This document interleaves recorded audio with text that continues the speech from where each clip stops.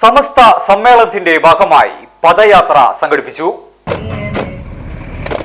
Islamic ജ്ഞാനത്തിന്റെ ആത്മീയ വിശുദ്ധിയുടെ സാമൂഹിക ഐക്യത്തിന്റെ 100ാം വാർഷിക അന്താരാഷ്ട്ര മഹാസമ്മേളനം ഫെബ്രുവരി 4 മുതൽ 8 വരെ കാസർഗോഡ് കുനിയ പറക്കൽ മുല്ലക്കോട്ടങ്ങളിൽ അരങ്ങേറുമ്പോൾ സമ്മേളനത്തിന്റെ പ്രചരണാർത്ഥം സമസ്ത കേരള ജമിയത്തുൽ ഉലമയുടെ 100ാം വാർഷിക സമ്മേളന പ്രചാരണത്തിന്റെ ഭാഗമായി പുതുപൊന്നാനി റേഞ്ച് സ്വാഗത സംഘത്തിന്റെ നേതൃത്വത്തിൽ പദയാത്ര സംഘടിപ്പിച്ചു.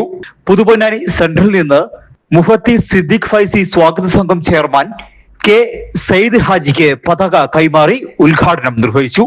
പൊന്നാനി ബസ് സ്റ്റാൻഡിൽ പദയാത്ര സമാപിച്ചു. സമാപന സംഗമത്തിൽ മുജ്വ ഫൈസി മുഖ്യപ്രഭാഷണം നിർവഹിച്ചു.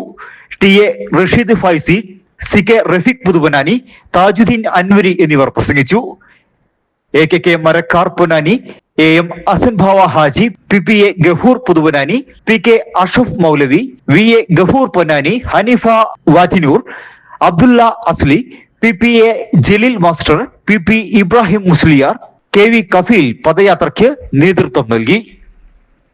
ആചാരങ്ങളും ആഘോഷങ്ങളും പലപ്പോഴും പലതാണ്. അതുപോലെ തന്നെയാണ് നമ്മൾ അണിയുന്ന ആഭരണങ്ങൾ.